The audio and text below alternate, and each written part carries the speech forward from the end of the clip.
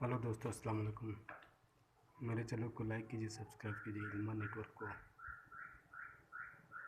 हम जो कहानी सुनाने जा रहे हैं उसका बाब है, नाम है उस किताब का यसरब का इब्लीस। मुसन्निफ़ हैं असलम राही। बनु गसान का बादशाह अबू जबीला अपने सहराई महल में बैठा था कि उसके सामने एक शख्स को पेश किया गया। आने वाला खूब दराज कद, कड़ियल जिस्म और मजबूत अज़ा का मालिक था।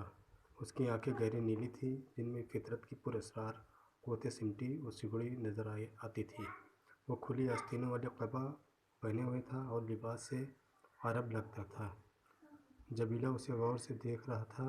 उसके पीछे शुतुरमुर्ग के परों का छत्र लहराने वाले खुद्दाम और दाएं बाएं खड़े उसके मुहाफिज भी उस अजनबी अरब को गौर से देखने लगे थे। जब वो अजनबी नज़दीक आया तो अबू जबीला ने नर्म और पुरसुकून आवाज़ में अपने सामने एक नशिस्त की तरफ इशारा करते हुए कहा, बैठो अजनबी।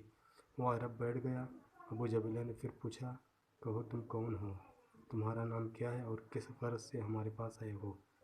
तुम्हारे सर पर रखे खुद और कपड़ों पर जमी गिर्द इस अमर की गोमाज है कि तुम लगातार सफ़र करते हुए कहीं दूर दराज से आए हो।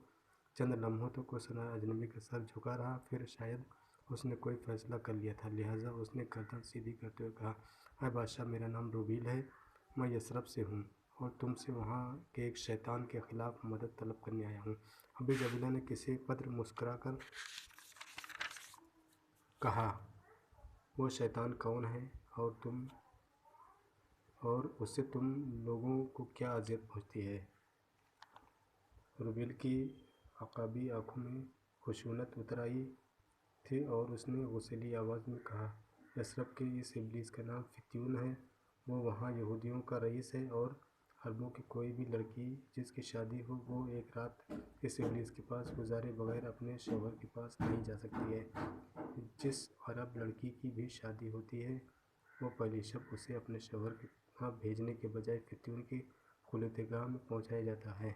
हम अकेले इसके ख़िलाफ़ कुछ नहीं कर सकते, इसलिए कि यहूदी क़ुव्वत और तादाद में हम पर गलबा और फ़ौक़ियत रखते हैं। अगर तुम हमारी मदद करो तो हम फ़ित्यून की लानत से निजात हासिल कर सकते हैं।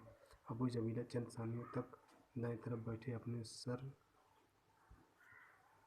सर मुड़े राहब की तरफ देखता रहा, जिसके हाथ में नारंगी रंग के चंद फूल थे, जो टकटकी बांधे रूबील की तरफ देखे जा रहा था।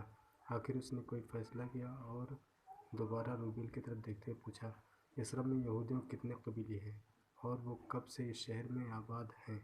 रूबील ने कहा, वहाँ यहूदियों के कई कबाइल हैं, लेकिन उनके बड़े बड़े और ताकतवर कबीले बनु शक्मा, बनु तालिया, बनु ज़रा, बनु क़ैनुक़ा, बनु यज़ीद, बनु नज़ीर, बनु क़रीज़ा, बनु यहदल, बनु औफ़ और बनु आसिस हैं।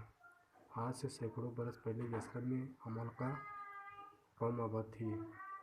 यह शाम के फ़र्ज़ंद लाओस के औलाद थे। इन दिनों मिस्र पर भी इन्हीं की हुकूमत थी।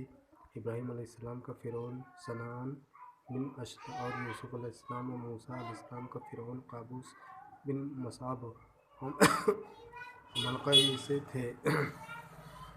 तो जब मूसा अलैहिस्सलाम ने फ़िरौन के गर्क हुए के बाद शाम को फ़तह कर लिया तो अपना एक लश्कर उन्होंने अमालका की सरकुबी के लिए यसरब की तरफ भी रवाना किया। मूसा अलैहिस्सलाम का हुक्म था कि औरतों और बच्चों के अलावा सबको कत्ल कर दिया जाए। जो इसराइली लश्कर यसरब पर हमलावर हुआ और अमालका के बादशाह अर्तुम बिन अरक़म समेत सबको मौत के घाट उतार दिया, मगर अर्तुम की औलाद में से एक नौजवान की हुस्न जमाल में वो लासानी तब बच गया। इसराइलियों ने कौकब से काम लिया और यह फ़ैसला किया कि उसके मुतालिक मूसा अलैहिस्सलाम का नया हुक्म हासिल किया जाए, लिहाजा वापस रवाना हुए। उधर बनी इसराइल को जब खबर हुई कि उनके लश्कर ने अमालका पर कामयाबी हासिल की है तो वो फ़र्त और बिसात में अपने लश्कर के इस्तक़बाल को निकले। इस वक्त मूसा अलैहिस्सलाम फ़ौत हो चुके थे।